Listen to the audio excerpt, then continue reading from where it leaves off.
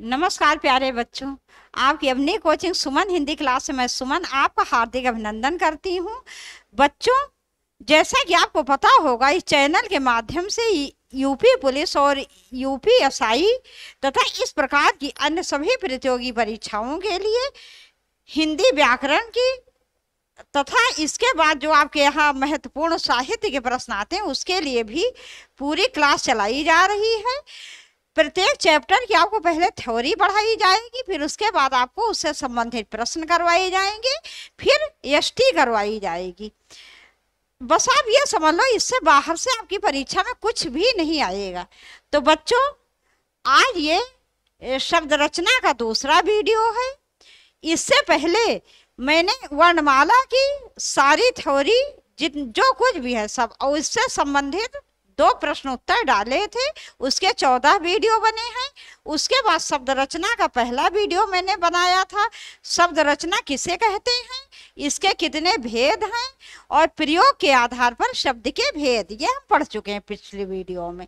आज हम पढ़ेंगे शब्द रचना का वीडियो पार्ट 2, जिसमें हम पढ़ेंगे रचना या बनावट के आधार पर शब्द के भेद।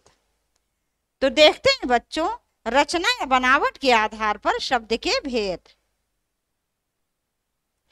रचना या बनावट के आधार पर शब्द के 3 भेद हैं। कहने का अर्थ ये है कि रचना या बनावट के आधार पर शब्दों को 3 भागों में बांटा गया है। पहला रूढ़ शब्द, दूसरा यौगिक शब्द और तीसरा योग रूढ़ शब्द। बच्चों, रूढ़ शब्द क्या होते हैं? रूढ़ शब्द हम उन्हें कहते हैं जिन शब्दों के टुकड़े नहीं किए जा सकते।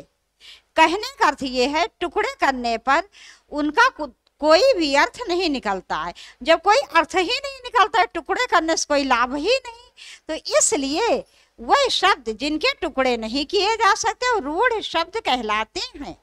यौगिक शब्द किसे कहते हैं? वह शब्द जिनके टुकड़े करने पर दोनों शब्दों का कोई ना कोई सार्थक अर्थ निकलता है, वह यौगिक शब्द कहलाते हैं। तीसरा बच्चों, योग रूढ़ शब्द। योग रूढ़ शब्द वह होते हैं जिनके टुकड़े करने पर, जिनको अलग करने पर एक तीसरा अर्थ निकलता है और वही मुख्य प्रधान होता है।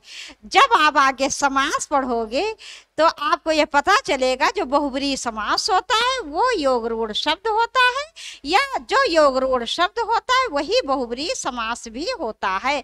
बच्चों, हिंदी में बहुत सी चीजें समान है, बस केवल उनके नाम अलग अलग हैं। तो देखते हैं इन रूढ़, यौगिक और योग रूढ़ शब्दों को विस्तार से। रूढ़ शब्द वह होते हैं जिनके टुकड़े करने पर या जिनको अलग करने पर दोनों पदों का कोई सार्थक अर्थ नहीं निकलता है। जैसे चल, पर, इस प्रकार के शब्द रूढ़ होते हैं। जैसे बच्चों, ये चल शब्द है तो इस चल को अलग कर दो, इसके टुकड़े कर दो, क्या हो जाएगा? चा धन ला। अब ना ये चा का कोई अर्थ निकल रहा है ना ला का। इसी प्रकार से ये पर शब्द जैसे लिखा है तो इसको अलग कर दो, क्या हो जाएगा? पा धन रा। तो ना पा का कोई अर्थ निकल रहा है ना रा का। तो वह शब्द जिनके टुकड़े करने पर, जिनको अलग करने पर उनका कोई भी सार्थक अर्थ नहीं निकलता है, वह रूढ़ शब्द कहलाते हैं। या मोटी भाषा में आप ये समझ लो, जिन शब्दों के टुकड़े नहीं किए जा सकते हैं वह रूढ़ शब्द कहलाते हैं। अब आगे देखते हैं यौगिक शब्द।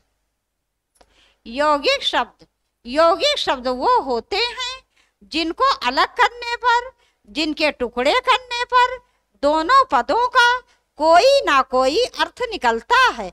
बच्चों, दोनों पदों का कोई ना कोई अर्थ निकलेगा तो वही क्या कहलाएंगे? यौगिक शब्द। जैसे विद्यालय,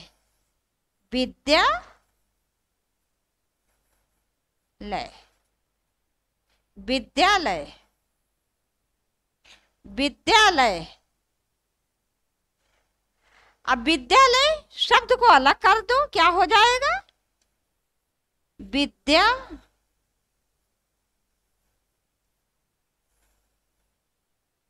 धन आलय, विद्या धन आलय।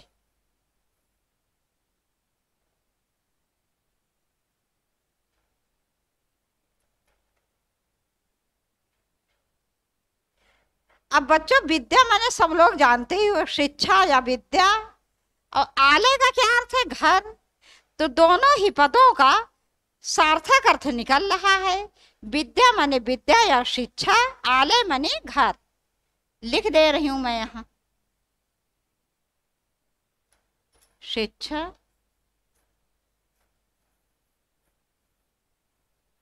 और आलय का अर्थ क्या हो गया? घर। तो बच्चों दोनों ही पदों का सार्थक अर्थ निकल रहा है, इसलिए ये यौगिक शब्द हैं। जैसे पुस्तकालय, पुस्तकालय, पुस्तकालय।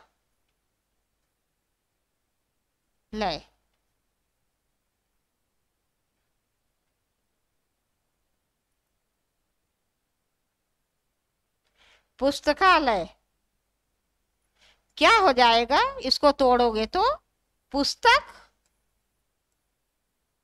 धन आलय।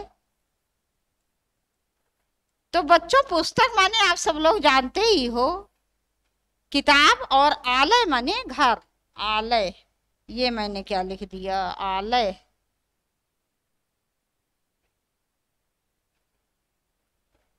आलय, पुस्तक धन आलय। पुस्तक माने किताब, आलय माने घर। इसी प्रकार से चिड़िया घर, चिड़िया घर बराबर क्या हो गया? चिड़िया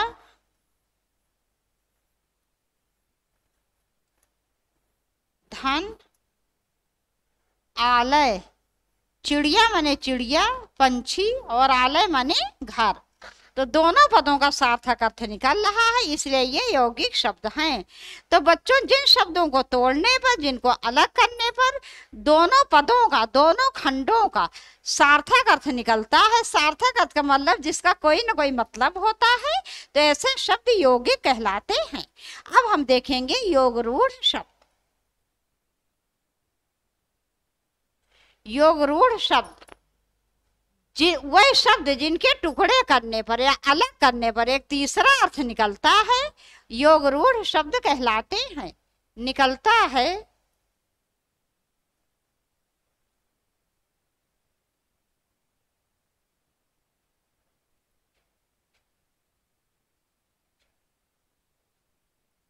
योगरूढ़ शब्द कहलाते हैं। योगरूढ़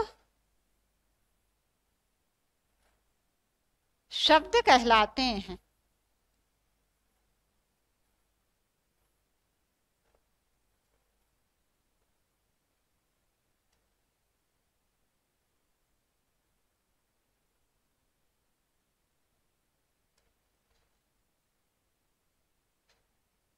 जैसे दशानन, गजानन, तो इनको जब हम तोड़ेंगे तो क्या होगा? एक तीसरा अर्थ निकलेगा। दशानन का क्या अर्थ है बच्चों? दशानन, दशानन बराबर क्या हो जाएगा? 10 हैं आनन। आनन माने क्या होता है? मुंह, जिसके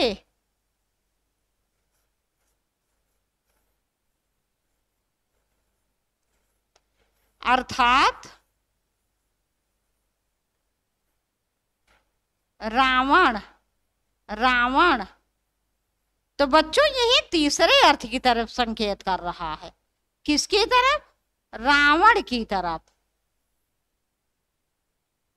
तो जहां एक दोनों ही पद मुख्य प्रधान ना होकर एक तीसरा अर्थ निकलता है, वहां योगरूढ़ शब्द होता है। जैसे दशानन, 10 हैं आनन, मुंह जिसके अर्थात रावण। इसी प्रकार से गजानन, गजानन, गजानन को तोड़ोगे तो क्या हो जाएगा? गज के समान। गज माने क्या होता है? हाथी। गज या हाथी के समान,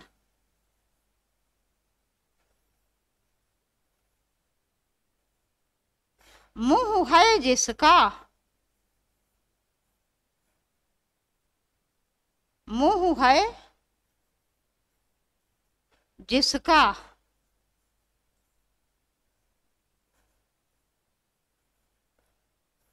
अर्थात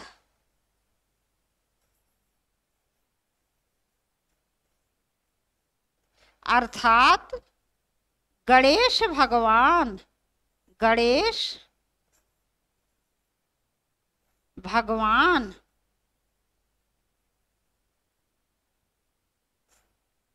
गणेश भगवान। तो यहाँ पर भी एक तीसरे अर्थ की ओर संकेत मिल रहा है। गज हाथी के समान मुंह है जिसका, अर्थात गणेश भगवान। इसी तरह बीड़ा पाड़ी हो गया, बीड़ा है हाथ में जिसके, अर्थात माँ सरस्वती। चतुर्भुज, चार भुजाएं हैं जिसकी, अर्थात भगवान विष्णु। मुरलीधर, मुरली को धारण करने वाले, अर्थात भगवान श्री कृष्ण। तो इस प्रकार से बच्चों, जहाँ जिस शब्द के टुकड़े करने पर एक तीसरा अर्थ निकलता है, वहां योगरूढ़ शब्द होता है। तो अब बच्चों, योगरूढ़ शब्द भी आपकी समझ में आ गया होगा। रचना या बनावट के आधार पर शब्द के कितने भेद होते हैं? 3।